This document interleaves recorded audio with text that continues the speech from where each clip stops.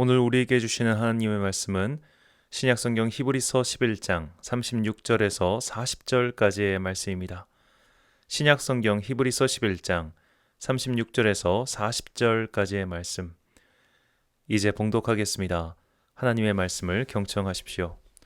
또 어떤 이들은 조롱과 채찍질 뿐 아니라 결박과 옥에 갇히는 시련도 받았으며 돌로 치는 것과 톱으로 켜는 것과 시험과 칼로 죽임을 당하고 양과 염소의 가죽을 입고 유리하여 궁핍과 환난과 학대를 받았으니 이런 사람은 세상이 감당하지 못하느니라. 그들이 광야와 산과 동굴과 토굴에 유리하였느니라. 이 사람들은 다 믿음으로 말미암아 증거를 받았으나 약속된 것을 받지 못하였으니 이는 하나님이 우리를 위하여 더 좋은 것을 예비하셨은즉 우리가 아니면 그들로 온전함을 이루지 못하게 하려 하심이라. 아멘. 위대한 완성에 이르는 길이라는 제목으로 하나님의 말씀 선포하겠습니다. 이 대한제국과 일본 제국의 통합은 1910년 8월 29일부터 시작되었습니다. 대한제국의 내각 총리 대신 이완용과 데라우치 마사타케가 조약을 승인하여 발표하였습니다. 한일 병합, 한일 합방, 경술국치라고 불리는 사건입니다. 이때부터 일본은 조선 총독부를 두어 한반도를 완전히 그들 손아귀에 두고 다스리기 시작했습니다. 처음 조선 총독부 총독 자리에 오른 자는 이완용과 조약의 대표로 사인한 데라우치 마사타케였습니다. 그는 일본군 육군 대장, 즉 사성 장군 출신입니다. 이 당시 일본의 군벌은 크게 두 파로 나뉘어 있었습니다. 조슈 출신과 사츠마 출신입니다. 일본은 19세기 중반 500년 동안 이어온 도쿠가와 막부 시대를 종언하고 천황 중심의 정치로 나라를 개혁합니다. 이것을 메이지 유신이라고 하죠. 메이지 유신의 결정적인 공을 세운 지역이 조슈와 사츠마입니다. 이후 조슈 출신은 일본 육군을 장악했고 사츠마 출신은 일본 해군을 장악했습니다. 이 피지배자 입장에서 볼 때는 둘 다 똑같은 놈들이지만 이 두 지역 출신들의 성향은 조금 달랐습니다. 이 조슈 출신들이 좀 더 과격한 무투파였다면 사츠마 출신들은 그래도 서양 문화를 적극적으로 수용하는 편이었습니다. 그래서 조슈 출신들은 한반도를 중국 정복을 위한 발판 정도로 생각했지만 사츠마 출신들은 마치 대영 제국의 통치처럼 수준 높은 문화로 식민지를 다스리고 싶어 했습니다. 그리고 이것은 일본 제국의 육군과 해군의 성향이 되었습니다. 조선 총독부는 모두 8명의 총독을 두었습니다. 이 8명 중 무려 7명이 육군 대장 출신입니다. 이 중 1명만 해군 대장 출신이었는데 사이토 마코토 총독입니다. 그는 2번이나 조선 총독부의 총독을 지냈습니다. 그가 총독으로 머문 기간은 1919년부터 1927년까지, 그리고 두 번째 기간은 1929년부터 1930년까지입니다. 이 사이토 마코토 총독은 미국 유학파 출신입니다. 그가 총독이 된 시기는 3.1운동 이후 한반도에서 독립을 외치는 소리가 가장 높이 울려 퍼질 때였습니다. 그가 서울에 도착했을 때 강우규 애국지사는 그가 내리던 열차에 폭탄을 던져서 37명에게 중상을 입히는 사건도 있었습니다. 서울에 도착한 날 이런 일이 생겼다면 응당 강경한 노선을 취할 법도 한데 사이토 마코토 총독은 문화 통치를 내세웁니다. 육군 출신들의 강경한 태도가 아니라 미국 유학까지 다녀온 문화인답게 부드러운 통치를 내세운 겁니다. 소위 이때부터 경성 모던보이 같은 문화가 서울을 중심으로 싹트기 시작합니다. 그리고 독립을 외치는 목소리는 더욱 줄어들게 됩니다. 사이토는 나라의 입장을 대변하면서도 최대한 부드럽게 행동했습니다. 그런 사이토의 태도는 무려 외국인 선교사들을 감동시켰습니다. 그래서 한 감리교 선교사의 기록에 따르면 이제 미개한 나라 조선도 일본처럼 훌륭한 문명국으로 거듭날 것이다 라는 찬사를 남겼습니다. 자, 그렇게 독립을 외치던 소리는 다 사그라들었습니다. 일제를 칭송하는 목소리는 반대로 높아져 갔습니다. 선교사들은 오히려 총독부의 비호를 받기도 했습니다. 선교사들 입장에서는 굳이 총독부와 각을 세울 이유가 하나도 없었습니다. 복음을 전하고 교회를 세우는데 총독부는 방해를 하지 않았습니다. 이것이 3.1운동 이후 개신교회가 주목할 만한 독립운동이 없었던 결정적 이유입니다. 그들은 잘 해줬습니다. 독립운동만 하지 말라. 강경한 운동만 하지 말라. 그렇게 하면 너희의 포교 활동을 보장해준다. 이것이 사이토 총독의 방침이었습니다. 그러나 그런 방침에도 불구하고 천사의 가면을 쓴 것처럼 행동하는 일제의 본질을 꿰뚫은 선교사가 있었습니다. 그의 이름은 호머 헐버트 선교사입니다. 그는 1907년 고종의 밀서를 받은 헤이그 특사를 파견하는데 크게 일조합니다. 일제는 눈에 가시 같던 헐버트 선교사를 추방시켜 버립니다. 그러나 그는 미국에서도 끊임없이 조선의 독립을 위해 활동했습니다.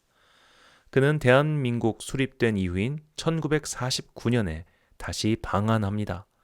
그리고 일주일 후 한국에서 병사하여 현재 양화진 외국인 묘역에 묻혔습니다. 그는 외국인 최초로 건국 공로 훈장 태극장을 추서받았습니다. 그는 조선을 사랑했고 또 한글을 사랑했습니다. 그의 별명은 파란 눈의 항일투사였습니다.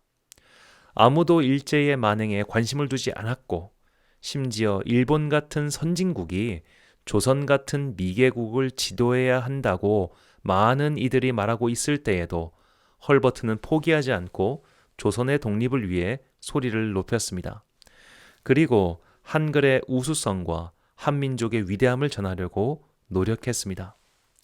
그가 죽은 후 헐버트 선교사의 업적을 기려 2014년 대한민국 금관 문화훈장을 수여받았습니다. 그는 실로 한국인보다 한국을 더 사랑한 서양인이었습니다. 우리는 여기서 잠시 100년 전의 세상으로 돌아간 것처럼 상상을 해보겠습니다. 이 사이토 총독 치하의 조선인들은 독립의 의지를 조금씩 상실해가고 있었습니다. 한때 그들의 독립을 도와주던 선교사들도 조선 총독부의 단물에 취해 말을 하지 않고 있었습니다. 그때 헐버트 선교사는 조선 땅도 아닌 미국에서 소리 높여 조선의 독립을 외쳤습니다. 사람들이 그에게 뭐라고 했을까요?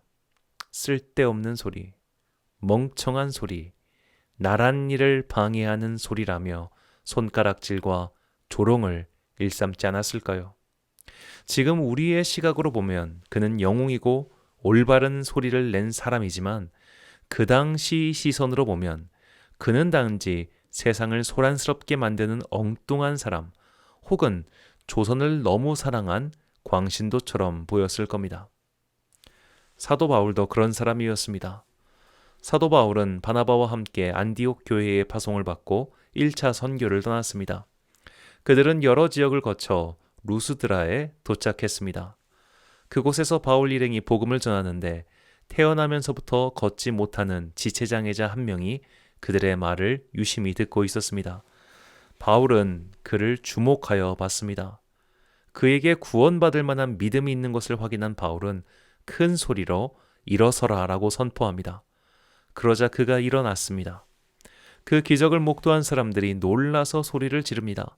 이것은 사람이 아니라 신들의 일이다 라고 말이죠. 바울과 바나바는 놀라서 그들을 저지합니다. 그런데 안디옥과 이고니온에서 온 유대인들이 무리를 선동시켜 바울을 돌로 쳤습니다. 무리는 바울이 돌에 맞아 죽은 줄 알고 그를 성 밖으로 내던졌습니다. 그러나 바울은 죽지 않았고 다시 바나바와 함께 다음 목적지인 더베로 떠납니다. 사도행전 14장 19절에서 22절까지의 말씀입니다. 유대인들이 안디옥과 이고니온에서 와서 무리를 충동하니 그들이 돌로 바울을 쳐서 죽은 줄로 알고 시외로 끌어내치니라. 제자들이 둘러섰을 때에 바울이 일어나 그 성에 들어갔다가 이튿날 바나바와 함께 더베로 가서 복음을 그 성에서 전하여 많은 사람을 제자로 삼고 루스드라와 이고니온과 안디옥으로 돌아가서 제자들의 마음을 굳게 하여 이 믿음에 머물러 있으라 권하고 또 우리가 하나님의 나라에 들어가려면 많은 환난을 겪어야 할 것이라 하고. 자, 우리는 여기서 한 가지 의문을 갖게 됩니다. 왜 유대인들은 일행 중 바울만 노렸을까요? 왜 바나바는 돌로 치지 않았을까요? 루스드라 사람들이 볼 때는 풍채가 더 좋은 바나바는 신들의 대표인 제우스처럼 보였다고 말하는데도 말이죠. 유대인들이 볼 때 바울은 극성이었습니다. 그나마 바나바는 말이 통하는 사람처럼 보였습니다. 하지만 바울은 꽉 찬 극성 분자였습니다. 그러니 바울에 대한 증오가 훨씬 컸습니다. 저 녀석의 입만 막으면 될 것 같았습니다. 그래서 바울을 집중 공격한 것입니다. 바울에 대한 증오와 공격은 날이 갈수록 심해졌고 마침내 바울이 3차 선교 여행을 마치고 예루살렘에 도착했을 때 예루살렘 안에는 바울을 죽이기 전까지는 먹지도 마시지도 않겠다고 금식을 선포한 자들까지 있을 정도였습니다. 자, 이때 예루살렘 초대교회에는 예수님의 동생 야고보도 있었습니다. 사도들의 대표인 베드로도 있었습니다. 그 외에 여러 유명한 사도들과 초대교회의 지도자들이 있었습니다. 그런데 유독 바울에게만 그런 공격이 쏟아졌습니다. 그가 극성이었기 때문입니다. 그가 잠잠하지 않았기 때문입니다. 그가 입을 다물지 않았기 때문입니다. 그렇다면 같은 초대교회 사람들 중 바울의 편이 있었을까요? 적어도 사도행전의 기록상 바울이 예루살렘에서 붙잡혀 구금되었을 때 그를 위해서 탄원한 사람도 없었고 그를 도와 변호한 사람도 없었습니다. 바울은 철저히 혼자였습니다. 바울은 조용한 세상을 시끄럽게 만드는 사람으로 취급받았습니다. 그렇게 유난 떨면서 믿어야 했니? 그렇게 시끄럽게 믿어야 하니? 그렇게 난리치지 않아도 하나님의 일은 이루어지지 않겠니? 아마 그 당시 바울의 동료들도 그렇게 생각했을지도 모르겠습니다. 그러나 시간을 지나 지금 돌이켜 보십시오. 초대교회 예루살렘에서만 수천 명의 사람들이 예수님을 믿고 세례를 받았다고 기록되어 있습니다. 그러나 그중 우리가 이름을 기억하는 사람이 과연 누구입니까? 또 이름이 기록되어 남은 사람은 누구입니까? 지난주 1월 3일 대전 중구 용두동의 한 교회에서 20여 명이 모여 예배를 드렸습니다. 그리고 그 교회의 담임 목사님이 코로나 바이러스에 감염되었습니다. 이 목사님은 고혈압 등 기저질환이 있는 분이셨습니다. 그리고 발병 이틀 만에 폐렴으로 사망하셨습니다. 그런데 그 죽음에 대한 기사의 댓글을 보며 비통함을 금할 수 없었습니다. 주님 곁으로 가셨네 가셨어. 현금 목사 하느님 곁으로 잘 가시게. 코로나 무시하고 얕본 죄로. 당신 뜻대로 감사한 마음으로 주님 곁으로. 결국 하나님께서 기도를 들어주셨군요. 아멘. 하나님 드디어 소원을 들어주셨군요. 하나님이 잘해주시겠지 뭐. 한 방에 주님 곁으로 경축. 방역 지침을 준수해도 코로나에 걸릴 수 있습니다. 마스크를 쓰고 손소독을 한다고 해서 100% 감염을 막을 수 있는 것도 아닙니다. 그런데도 지금의 한국, 특히나 언론들은 마치 교회가 감염 확산의 주 원인인 양 수도 없이 호도하고 있습니다. 세상의 조롱과 비난은 이제 일상이 되어버린 것 같습니다. 얼마 전 탤런트 조혜련 씨가 비대면 예배에 영상 작업을 도와드리기 위해 한 교회를 방문하였습니다. 아름다운 교회였다고 감상을 개인 SNS에 올리자 조혜련 방역 지침 어겼다는 식으로 여러 기사가 올라왔고 인터넷상에서 비난이 쏟아졌습니다. 그러나 정작 조혜련 씨와 인터뷰를 한 기자는 한 명뿐이었고 그 기자의 기사를 통해 영상 녹화를 위해 방문한 것이지 현장 예배를 드린 것도 아니었고 심지어 방역 지침을 어긴 것도 아니었다고 설명했지만 이미 대중들의 머릿속에는 그런 판단은 온데간데 없었습니다. 이런 와중인데도 많은 기독교인들이 그냥 좋은 사람이 되려고만 합니다. 사회에서 점잖은 사람으로 남고 싶어 합니다. 동역자가 돌에 맞아 죽었는지 살았는지도 모르는데 점잔 떨고 있던 바나바와 같은 모양새입니다. 예나 지금이나 많은 사람들은 큰 길, 많은 이들이 걷는 길을 걷고자 하고 좁은 길을 찾아가는 이는 적은 법입니다. 오늘 본문은 좁은 길, 그것도 아무도 가려하지 않는 좁디 좁고 험한 길을 간 사람들의 이야기입니다. 히브리서 11장은 믿음장이라는 이명이 붙은 성경입니다. 히브리서 11장에는 성경에 나온 많은 신앙의 위인들이 소개됩니다. 그리고 이름은 기록되지 않은 무명의 순교자들의 이야기도 나옵니다. 그들은 당대의 사람들로부터 인정을 받았을까요? 그렇지 않았습니다. 그들에게 처음 들려온 것은 조롱이었습니다. 본문 36절입니다. 또 어떤 이들은 조롱과 채찍질 뿐 아니라 결박과 옥에 갇히는 시련도 받았으며. 아멘. 이 조롱이라고 번역한 헬라어 엠파이그모스는 신약 성경에서 본문에만 사용된 단어입니다. 이 단어는 놀다는 뜻의 파이조와 무엇 안에라는 뜻의 n이 결합된 단어입니다. 조롱은 한마디로 갖고 노는 겁니다. 사람을 한 손에 쥘 수 있는 거인이 있다고 상상해 봅시다. 그 거인이 손바닥 안에 사람을 마음껏 갖고 노는 것이 엠파이그모스, 조롱입니다. 그게 얼마나 힘들까요? 사람들이 작은 강아지의 손발을 잡고 막 놀면 강아지는 싫다고 이빨을 들이댑니다. 그러나 작은 강아지의 이빨은 사람에게 아무런 위협이 되지 않기 때문에 그것도 귀엽다고 웃습니다. 이것이 갖고 노는 겁니다. 집단이 개인을 갖고 놀면 개인은 대항할 수 없습니다. 공권력이 특정 집단을 갖고 놀면 그 집단은 결코 대항할 수 없습니다. 유럽 사회 속의 유대인들이 그랬고 집시들이 그랬습니다. 지금까지 많은 연예인들이 소위 악플 때문에 자살하는 일이 왜 일어나겠습니까? 집단의 괴롭힘은 그렇게 무섭습니다. 그러나 주님을 믿는 사람들, 하나님을 믿는 사람들은 그런 집단의 괴롭힘, 집단에 갖고 놀기를 당하면서도 믿음을 지켰습니다.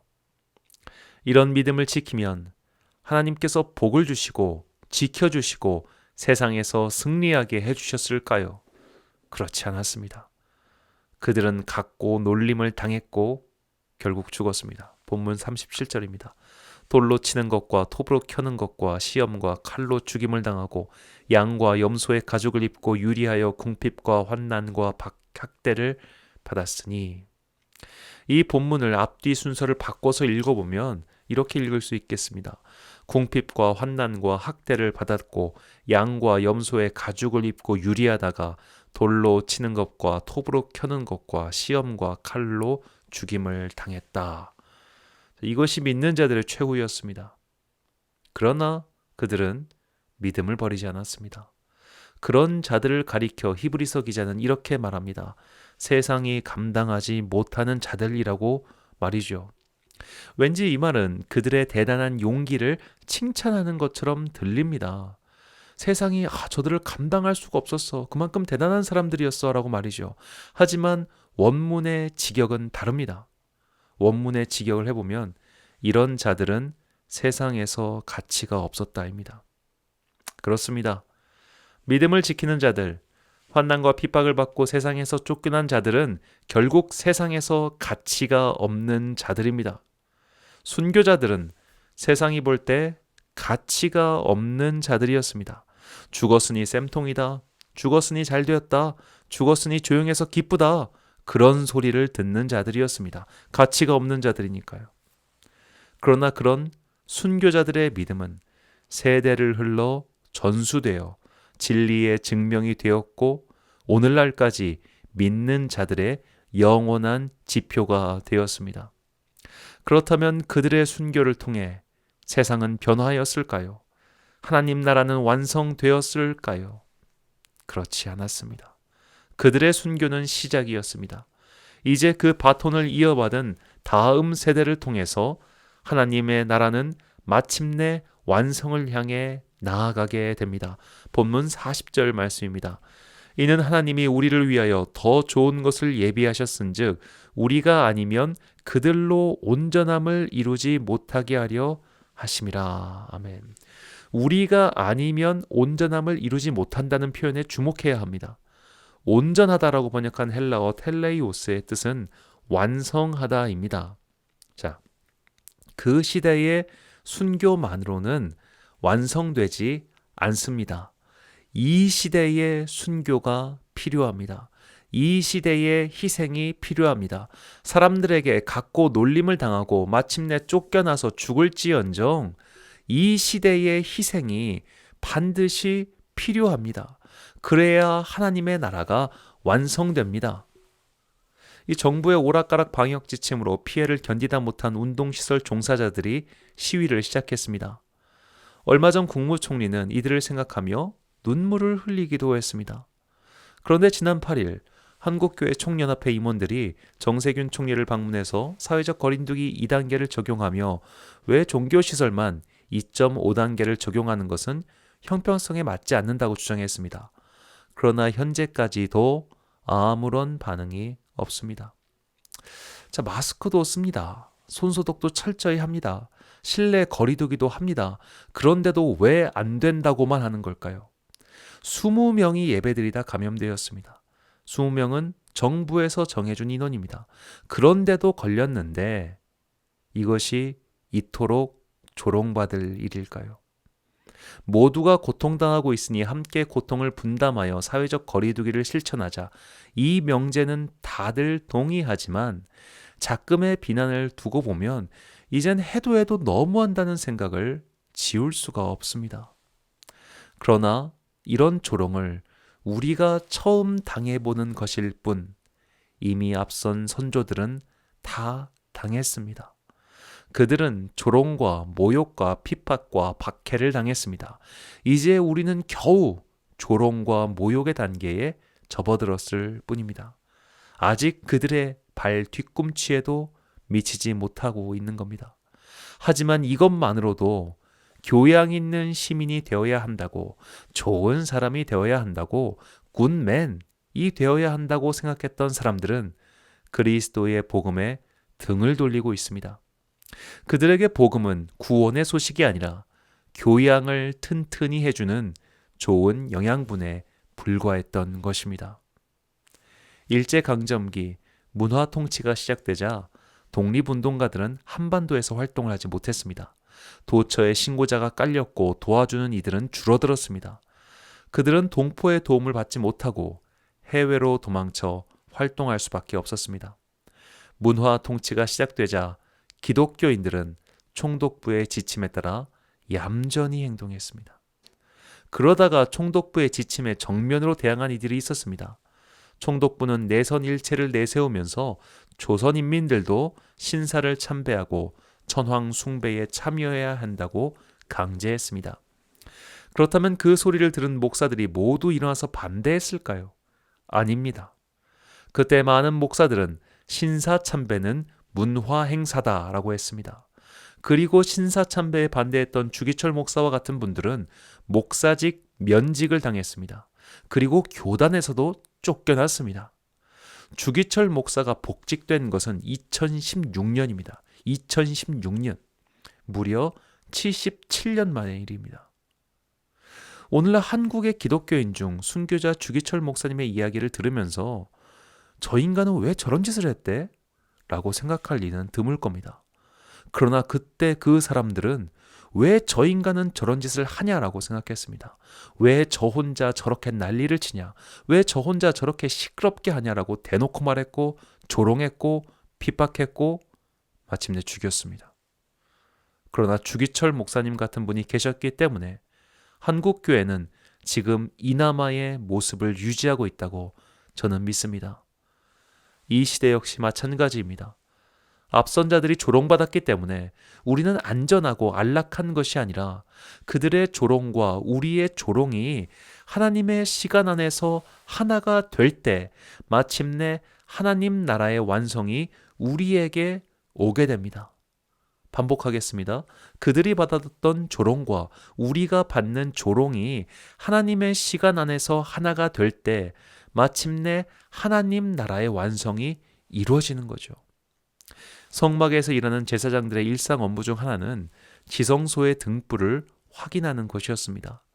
그들은 금촛대의 촛불이 꺼지지 않도록 계속 확인하고 기름을 채웠습니다.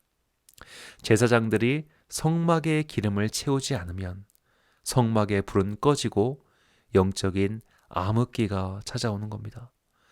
예배의 등불이 이렇게 소중합니다. 교회의 문을 닫고 예배자의 출입을 교회가 스스로 막아버린다면 그것이야말로 가장 어리석은 배반입니다. 인간은 사회적 동물입니다. 그래서 사회의 영향을 받습니다. 교회가 사회의 칭찬을 받고 사회의 주류에 있을 때 많은 이들이 교회를 다녔습니다. 그러나 이제 교회가 주류사회 밖으로 밀려나자 많은 이들이 교회를 등지고 교양과 시민의 기준을 운운하면서 예배를 떠나고 있습니다. 그러나 예나 지금이나 의로운 자들은 넓은 길이 아니라 주님을 따라가는 좁은 길을 걸어갑니다. 마태복음 7장 13절에서 14절의 말씀입니다. 좁은 문으로 들어가라. 멸망으로 인도하는 문은 크고 그 길이 넓어 그리로 들어가는 자가 많고 생명으로 인도하는 문은 좁고 길이 협착하여 찾는 자가 적음이라. 아멘. 사랑하는 로뎀교회 성도 여러분, 그리고 이 영상을 시청하시는 사랑하는 주님의 자녀 여러분, 좁은 문으로 들어갑시다. 좁은 길로 걸어갑시다. 비록 조롱과 회유와 핍박과 괴롭힘과 놀림이 있더라도 믿음의 길을 굳건히 지켜갑시다. 우리의 앞선 자들이 받았던 고통과 핍박을 우리도 함께 할 때 비로소 하나님의 나라의 신비한 완성이 이루어질 것입니다. 이것을 깨달았던 순교자들은 담담히 그 길을 걸어갔습니다. 한국 교회의 위대한 순교자 중 한 명인 손양훈 목사님은 이런 믿음의 고백을 담아 찬송가 541장을 지었습니다. 오늘 이 찬송가 541장을 함께 부르신 후 우리의 믿음과 희생이 순교자들의 믿음과 희생과 하나가 되도록, 그리하여 하나님 나라의 완성을 이루게 되기를 간절히 소망합니다. 함께 찬양하겠습니다.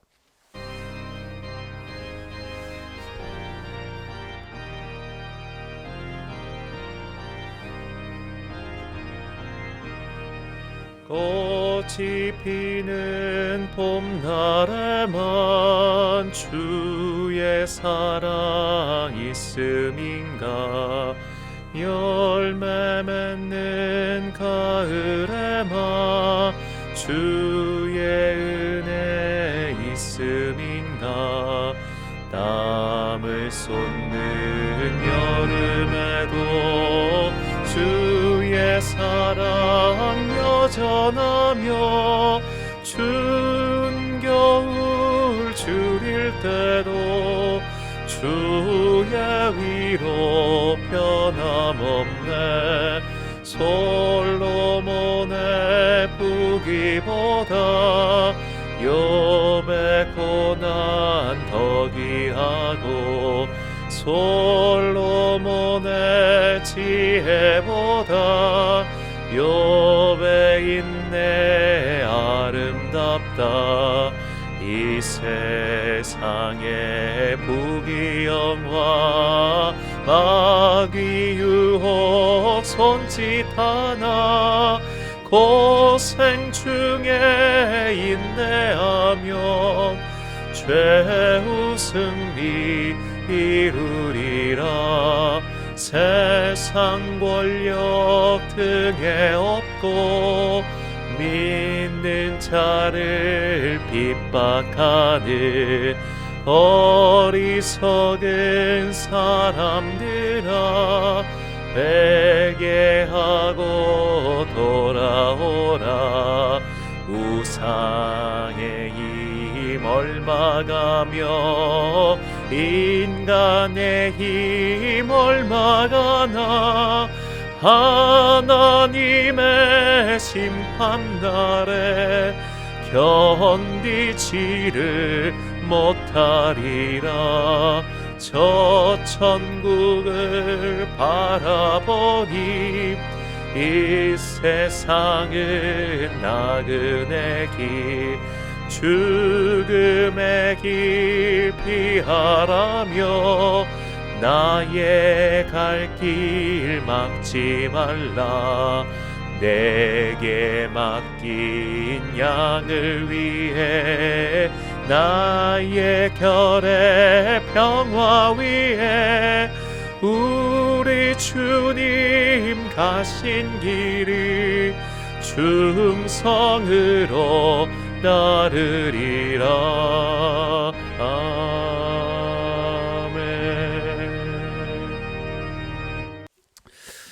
우리 이 시간 함께 기도하겠습니다. 우리 함께 주여 부르신 후에 각자의 자리에서 묵상으로 또는 침묵으로 또는 소리내어 기도하겠습니다. 주여